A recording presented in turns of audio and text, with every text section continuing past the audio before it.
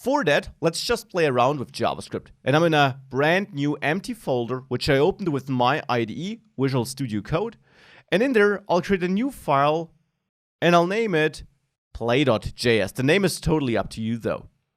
Now let me start with some core language features, variables and functions. And again, you should definitely dive into a core JavaScript resource like the ones I linked in the second lecture of this module if you are brand new to JavaScript. So I by now do expect you to know what variables, functions are. I also expect you to be aware of what if statements or loops are. These are all core things you gotta have set by now because they are crucial for JavaScript, no matter if you're using it in the browser or on the server.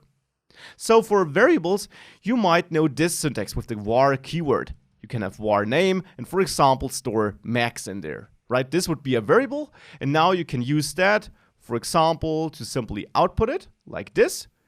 And if we now run this file with Node.js by running node play.js, this is the command we have to write in a terminal, navigate it into that project folder, so into that folder where I'm having this play.js file, then I see max down there, right? So that is some JavaScript code. We can also create another variable, age, which now would be a number. It's not enclosed in quotation marks. So this first one is a so-called string. This is a number. We can also add a third one, has hobbies, and that would now be a Boolean. These are some core types JavaScript knows. True, false are Booleans. Numbers are, well, numbers. They can also have decimal places. These are strings. And now here, I can also define a function with the function keyword, summarize user. This is how you create a function JavaScript. And there we could return something. Functions can return values with the return statement. They also can get input like user name, user age, and user has hobby. You can name these arguments as these things here are called, however you want. These are now local variables, only available inside of the function, not outside of it. And then you can return name is plus username plus, let's say, some text with a comma, a white space. Age is white space, user age plus, and the user has hobbies, and then user has hobby, something like that.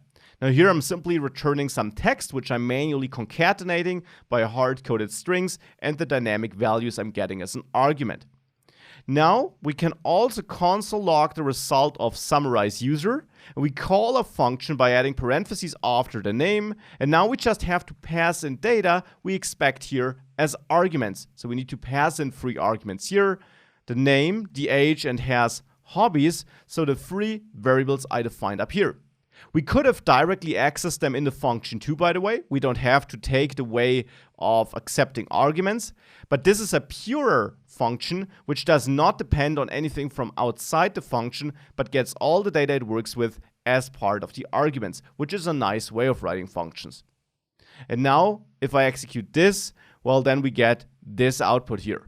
Now, this is just a summary of the features you should be aware of, as I mentioned. I just want you to know, or I just want to be sure that you know how we work with variables, how we work with functions, how we call functions, and that you understand how parameters or arguments in the function are used in there and only in there. We couldn't use username outside of there because of something called scoping in JavaScript. We can then call a function like this and pass in the data.